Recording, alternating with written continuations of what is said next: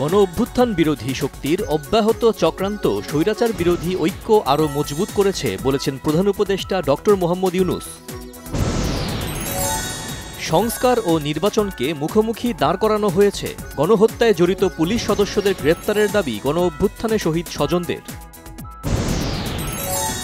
আমলাতন্ত্র এখনও ফ্যাসিবাদের কাঠামোতেই আছে, সময় যত যাবে সমস্যা তত বাড়বে বললেন বিএনপি মহাসচিব মির্জা ফখরুল ইসলাম আলমগীর।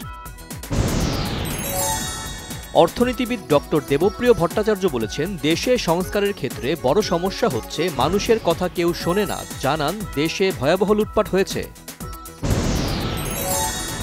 সংস্কারে পিছপা হলে রাজনৈতিক স্থিতিশীলতা আসবে না। কাগজে কলমে সংস্কার করে দিলে হবে না, এটাকে লালন করতে হবে বলেছেন পরিবেশ উপদেষ্টা সৈয়দা রিজওয়ানা হাসান।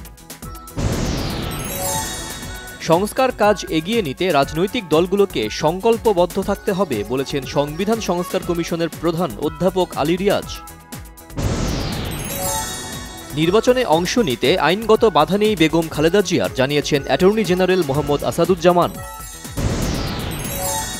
একদল চাঁদাবাজি করে পালিয়েছে, আরেক দল চাঁদাবাজি করুক, তা হতে দেয়া হবে না বলেছেন জামায়াতের আমির ডাক্তার শফিকুর রহমান। ভারতে বসে দেশে অশান্তি সৃষ্টির পায়তারা করছে শেখ হাসিনা, দেশের বিভিন্ন জায়গায় গুপ্ত হত্যার পরিকল্পনা করছে অভিযোগ অলি আহমেদের। বৈষম্য বিরোধী ছাত্র আন্দোলন ও জাতীয় নাগরিক কমিটি কোনো রাজনৈতিক প্ল্যাটফর্ম না, আগামীতেও হবে না বলেছেন সার্জিস আলম।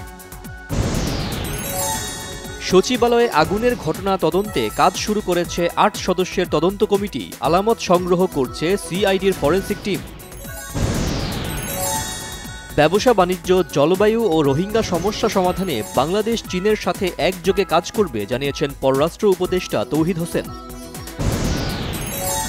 পর্যাপ্ত সরবরাহ থাকলেও চালের বাজারে আগুন, কেজি প্রতি বেড়েছে ৫ থেকে ৬ টাকা।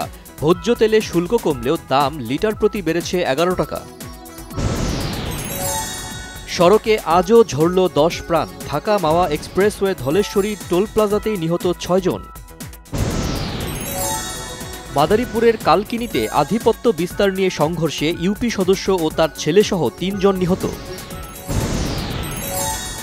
রাষ্ট্রীয় মর্যাদায় কাল শেষকৃত্য হবে ভারতের সাবেক প্রধানমন্ত্রী মনমোহন সিংয়ের, ৭ দিনের জাতীয় শোক ঘোষণা। দক্ষিণ কোরিয়ার প্রেসিডেন্ট ইউন সুক ইয়েলের পর এবার অভিশংসিত হলেন ভারপ্রাপ্ত প্রেসিডেন্ট হাং ডাক-সু। ঘরের মাঠে লেস্টার সিটিকে ৩-১ গোলে হারালো লিভারপুল। ফুলহ্যামের কাছে চেলসির হার, উলভসের কাছে ম্যান-ইউর পরাজয়। দেশের ৬ প্রেক্ষাগৃহে মুক্তি পেল মুক্তিযুদ্ধের গল্প নিয়ে নির্মিত জয়া আহসান অভিনীত সিনেমা নকশি কাঁথার জমিন।